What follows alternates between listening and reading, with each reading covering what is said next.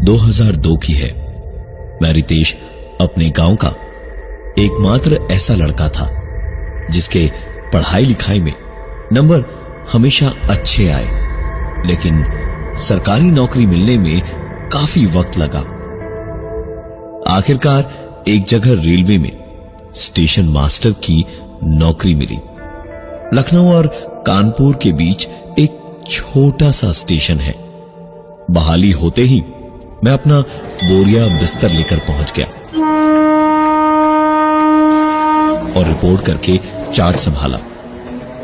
तब तकरीबन 27 साल का था मैं। सबने बहुत कुछ कहा था स्टेशन के लिए, लेकिन मैंने कभी ध्यान नहीं दिया। स्टेशन के पास ही मुझे रेलवे का ही एक क्वार्टर भी दिया गया था और असली काम था स्टेशन और फाटक का ध्यान रखना। फाटक स्टेशन से कुछ ही आगे था। छोटा सा कस्बा होने की वजह से तकरीबन शाम को 7 बजे तक सब कुछ सुनसान हो जाता था और मैं भी क्वार्टर पे जाके करता क्या, इसलिए स्टेशन पे इक्का दुक्का लोग देख के अपना अकेलापन दूर कर लिया करता था।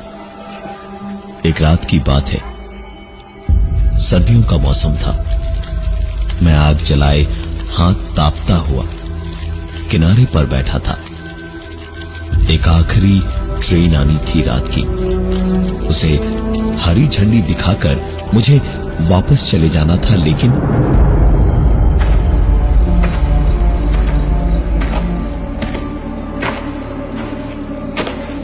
मुझे एक औरत दिखाई दी। बंद फाटक को एक तरफ से पार करके जा रही थी वो। ऐसी जगह पर इतनी रात गए कोई लड़की दिखेगी, ये इस जन्म में तो सोचना ही नामुमकिन था।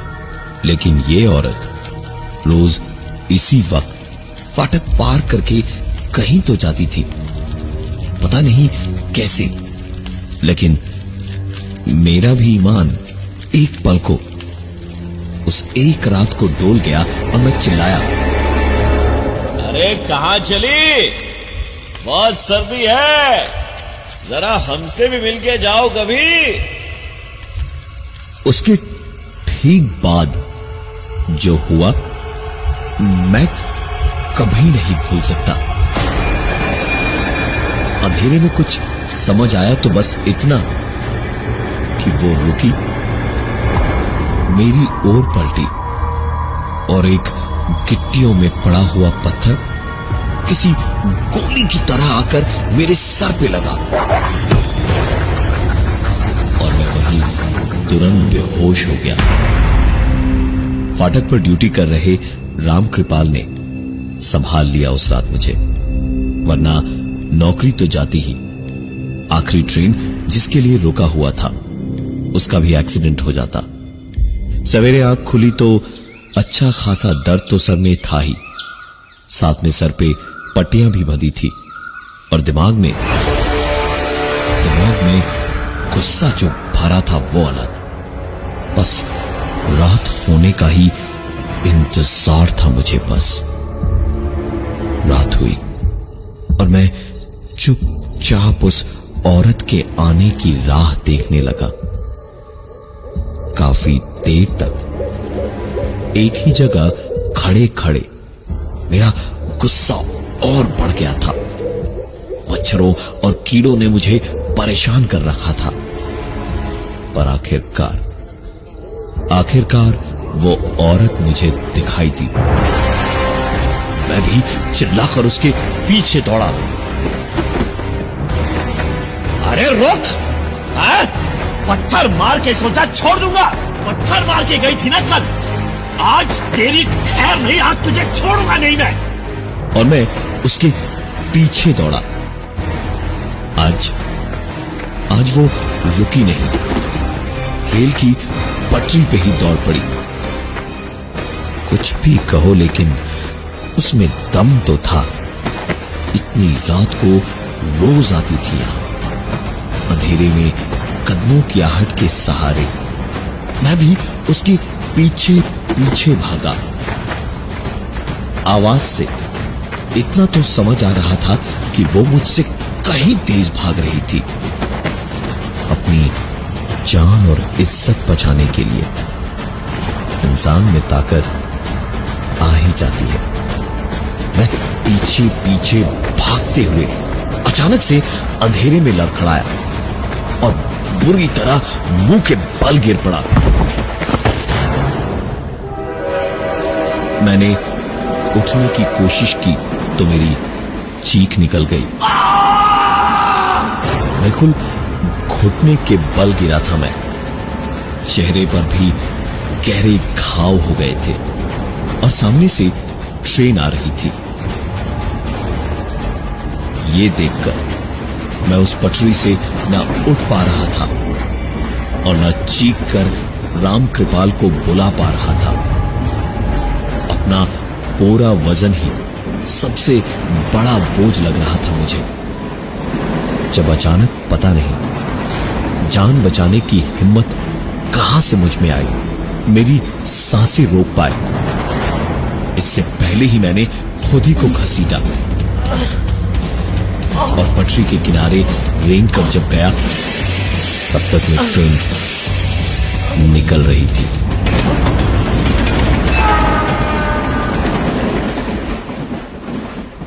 अब बहुत ज्यादा हो चुका था ये मेरे लिए। बात इज्जत की थी। अब पहले दिन पत्थर मार दिया और आज ट्रेन के नीचे आते आते बचा। मैंने सोच लिया था कि इसे तो छोड़ूंगा नहीं। आज के आज हिसाब बराबर कर दूंगा। सवेरे बदन पर लगी हुई चोटों की मरहम पट्टी करवाकर मैं ड्यूटी पर गया। दिन भर बस यही सोच रहा था कि कैसे बदला लूं कि नजर मेरी फाटक पर गई। जिस तरफ फाटक पार करके वो औरत रोज जाती थी, उधर फाटक के पास ही दो बड़े बड़े झाड़ थे।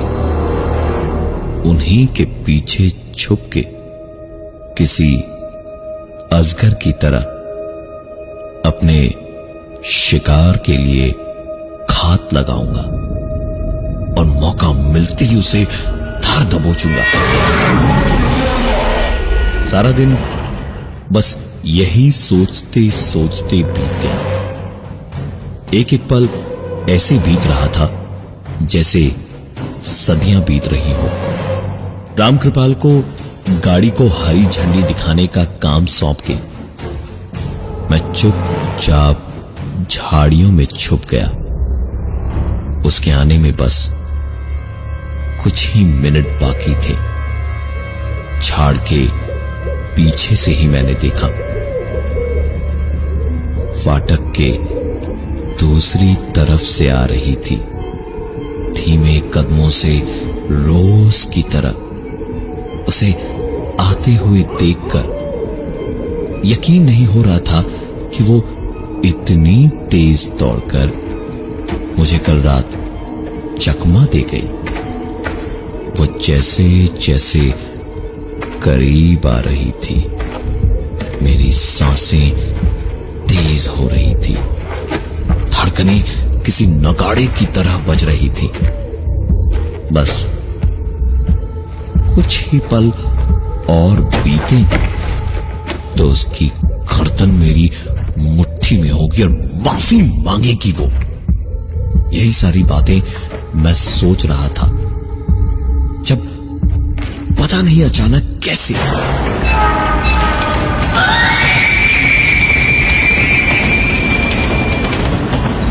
मेरी आंखों के सामने उसके ऊपर से उसे कुचलते हुए ट्रेन गुजरती जा रही थी।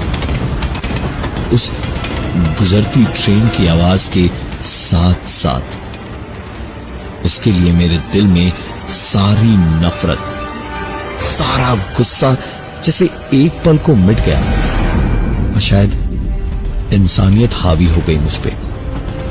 बुरा लगा मुझे, हमदर्दी सी लगी एक पल को उसके घर वालों के लिए।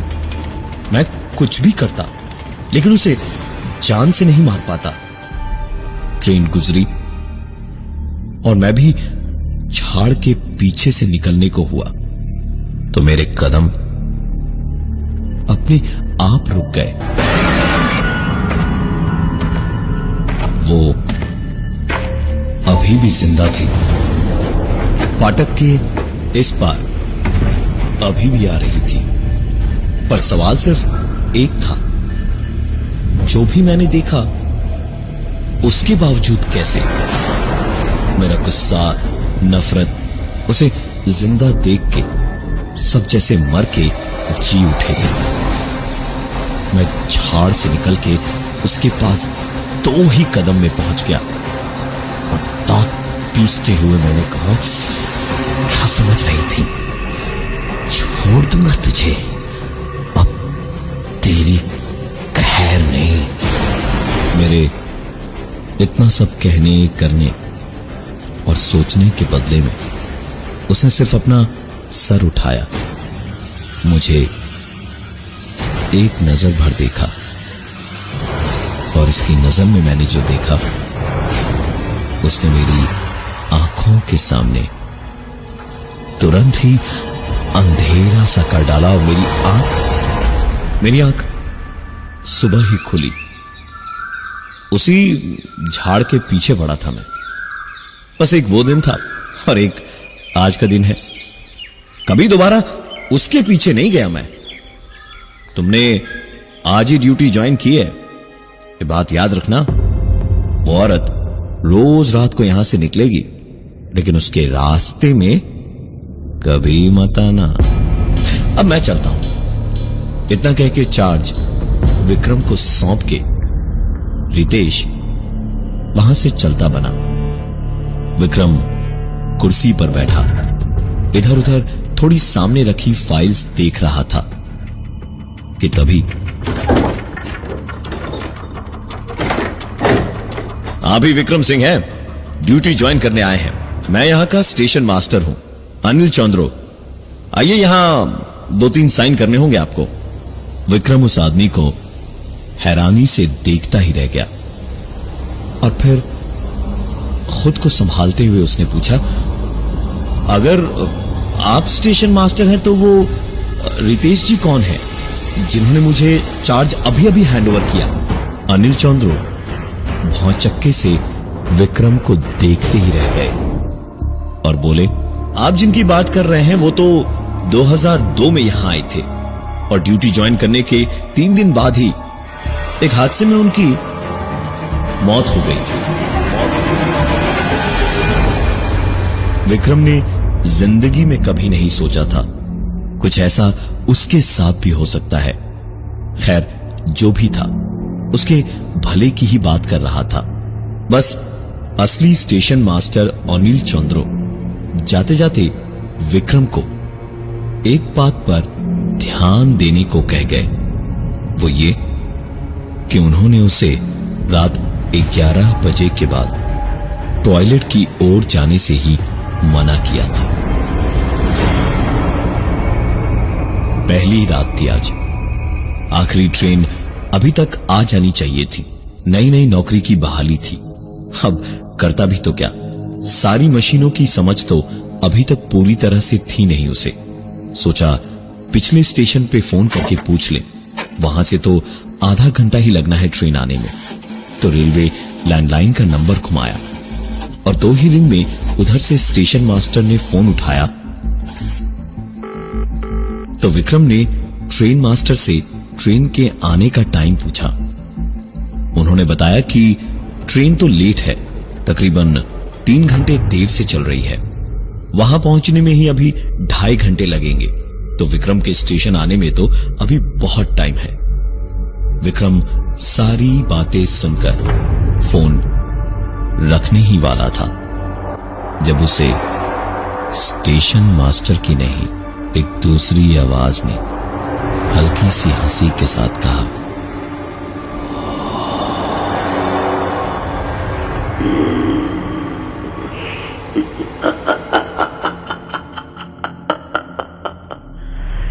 तुम्हारा स्वागत है स्टेशन मास्टर।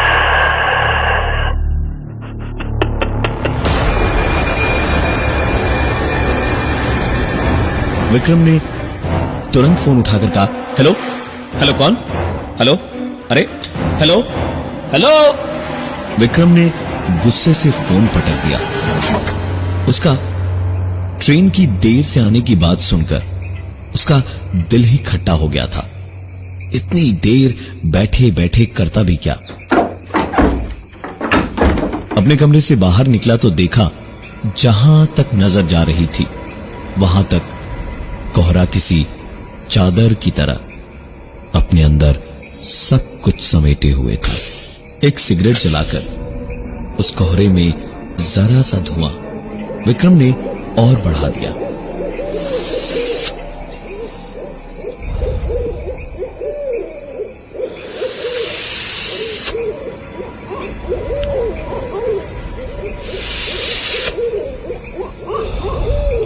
विक्रम बाहर अपनी सिगरेट के कश खींच ही रहा था जब दौड़ के विक्रम गया और फोन उठाया तो उसी स्टेशन से फोन था जहां अभी ट्रेन का हाल पता करने के लिए उसने स्टेशन मास्टर को फोन किया था। इस बार जब फोन वहां से आया तो स्टेशन मास्टर ने कहा, अरे बाबू साहब, तुरंत फाटक के पास चले जाइए, ट्रेन पहुंचती होगी 5 से 10 मिनट में आपके वहां। विक्रम कुछ पूछ भी पाता इससे पहले ही उधर से स्टेशन मास्टर ने फोन रख दिया था। विक्रम ने लालटेन और झंडे उठाए और भागा सीधे फाटक की ओर। कोई नहीं था इस वक्त वहां। गार्ड को दिल ही दिल में गालियां देता हुआ विक्रम वहीं ठंड में खड़ा ठिठुरता रहा। 5 मिनट की बात कही थी उस स्टेशन मास्टर ने, लेकिन उस कोहरे और ठंड में खड़े खड़े विक्रम को तकरीबन 2.5 घंटे बीत गए और कोई ट्रेन नहीं आई। विक्रम को इतनी देर से जो गुस्सा धीमे धीमे आ रहा था वो अब बहुत ज्यादा भर गया था। झंडा पटक के वापस अपने केबिन की ओर गया और फोन मिलाया। स्टेशन मास्टर के फोन उठाते ही चिल्ला पड़ा विक्रम बुरी तरह से। ये क्या आपको मजाक लग रहा है क्या, यहाँ इस ठंड में मेरा इस तरह से ड्यूटी करना? 2.5 घंटे से खड़ा हूं लेकिन ट्रेन तो क्या उसकी हवा तक नहीं लगी मुझे। विक्रम की बात खत्म हुई तो उधर से स्टेशन मास्टर का जवाब आया, आप बेफिजूल इतना चिल्ला क्यों रहे हैं? सीनियर हूं आपका और ट्रेन का तो मैंने आपको बताया ही था कि करीबन 3 घंटे लेट है, तो आप गए ही क्यों फाटक पे? विक्रम 2 पल को तो कुछ बोल ही नहीं पाया और ठीक उसी वक्त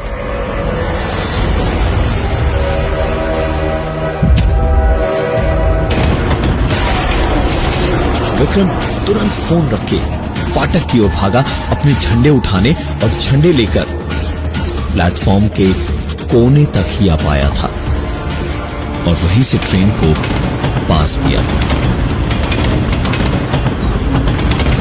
उस दंदना कर भागती हुई ट्रेन के डब्बों के बीच की खुली जगह से रह रह के विक्रम को अपने ठीक सामने वाले प्लेटफॉर्म पे एक औरत खड़ी दिखाई दे रही थी, लेकिन ट्रेन के वहां से चले जाते ही वो औरत अब वहां नहीं थी। विक्रम तुरंत फुट ओवर ब्रिज की ओर दौड़ा कि दूसरे प्लेटफॉर्म पर जाकर देखेगा, लेकिन उसके कदमों के साथ ही साथ विक्रम को एक जोड़ी दूसरे पैरों की भी आवाजें आने लगी। विक्रम और जल्दी जल्दी दौड़ा और प्लेटफॉर्म पे पहुंचते ही उसने देखा कि उस पार के प्लेटफॉर्म पे वही औरत इस वक्त विक्रम के केबिन में चोरों की तरह घुस रही थी और जैसे किसी से छुप रही थी। विक्रम ने घड़ी देखी उस वक्त 12:15 बज रहे थे। सर्दियों की कोहरे में डूबी रात थी और विक्रम अब दोबारा फुटओवर ब्रिज से नहीं, सीधे नीचे उतर के पटरियां लांग के ही सामने वाले प्लेटफॉर्म पर अपने केबिन की ओर दौड़ ही रहा था, जब प्लेटफॉर्म पे चढ़ते ही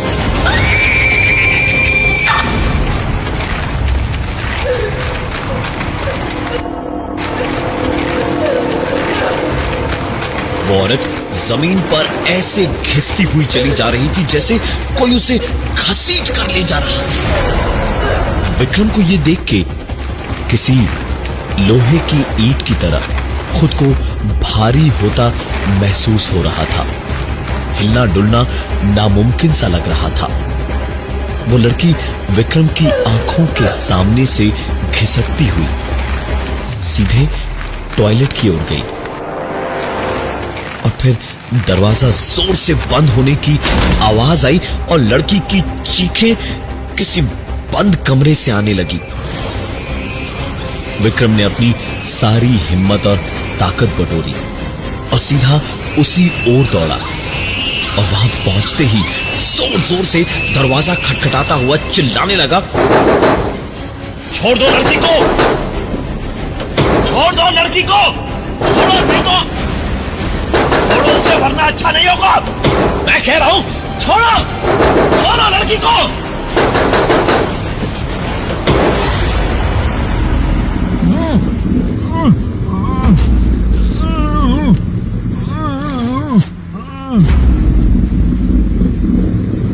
विक्रम की बात पूरी हो उससे पहले ही उसे दीवार पर किसी ने जैसे गर्दन से पकड़ के चिपका दिया। विक्रम की आवाज उसके गले में ही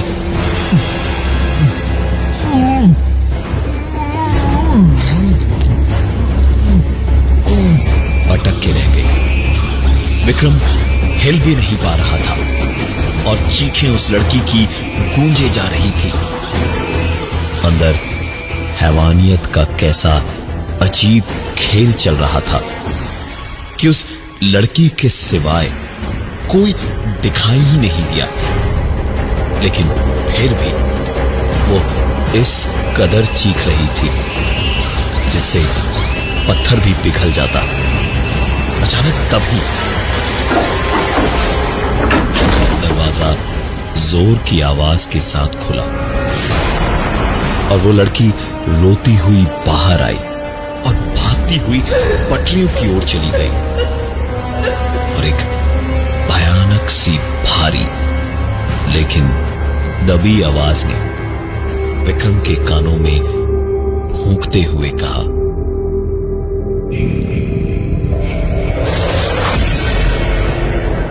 आइंदा बीच में मत आना, वरना जान से मार दूंगा स्टेशन मास्टर विक्रम। विक्रम वहीं गिर पड़ा, लेकिन फिर तुरंत उठकर पूरी हिम्मत जुटाई और पटरियों के पास खड़ी उस लड़की की ओर भागा। आज फिर से आखिरी ट्रेन लेट थी और पटरियों के किनारे वही लड़की फिर से ऐसे खड़ी थी जैसे कोई ट्रेन जा रही थी। विक्रम उसकी ओर दौड़ा और पास पहुंचकर चिल्लाया, ये सब क्या हो रहा है? कौन हो तुम? और यहाँ ये सब क्या हो रखा है? बताया करो इधर तुम। वो लड़की पलटी और उसने कहा, बीच में आओगे तो वो तुम्हें मार डालेगा। विक्रम कुछ करता इससे पहले ही उस लड़की को पैरों से पकड़ के किसी लाश की तरह घसीटता हुआ फिर कुछ अनदेखा उसी टॉयलेट तक ले गया और फिर वही सब शुरू हुआ।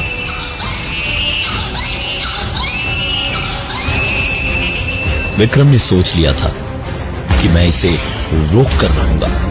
वो हाथ में एक डंडा और दूसरे हाथ में एक पत्थर लेकर दौड़ा और दरवाजे पर जोर जोर से मारने लगा, लेकिन इस बार उसे किसी ने दीवार से नहीं लटकाया, किसी ने उसका गला पकड़ के उसकी आवाज नहीं दबाई।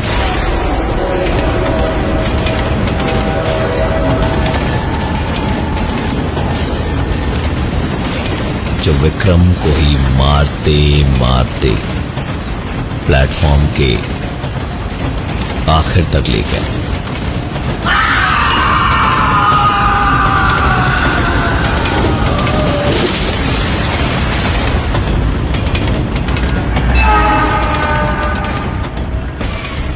विक्रम को चलती ट्रेन के नीचे फेंक दिया किसी न दिखाई देने वाली शक्ति ने।